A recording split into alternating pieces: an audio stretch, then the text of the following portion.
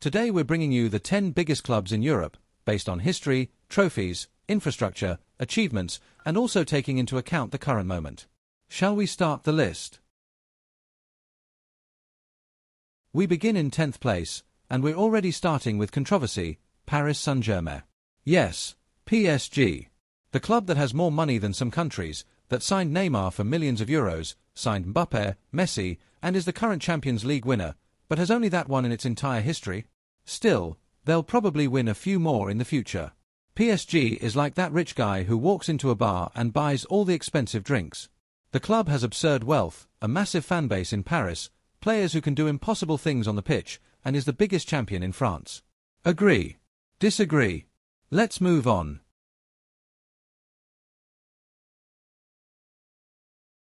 In 9th place, we have Chelsea.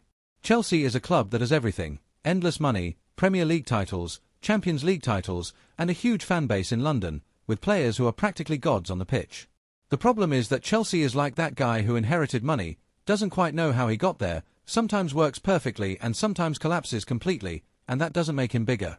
The club has enormous resources, an impressive recent history, but lacks the consistency that the biggest clubs have. Chelsea is also the only club in the world to have won the FIFA Club World Cup.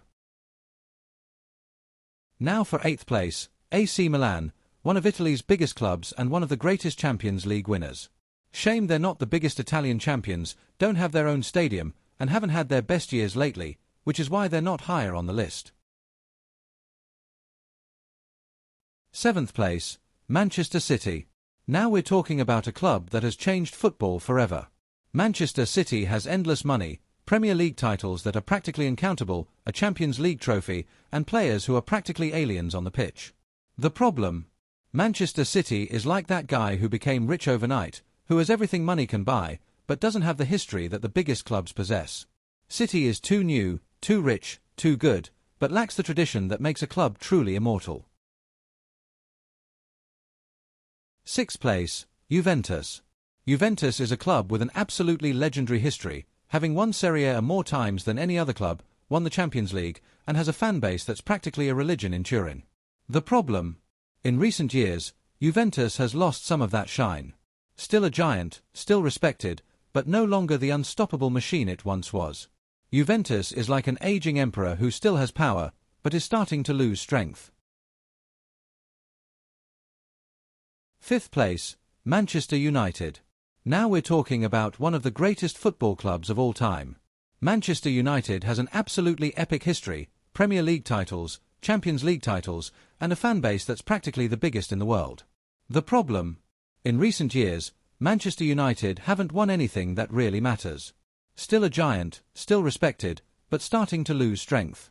United is like a king who is losing his kingdom, but could rise again. In 4th place, we have Bayern Munich.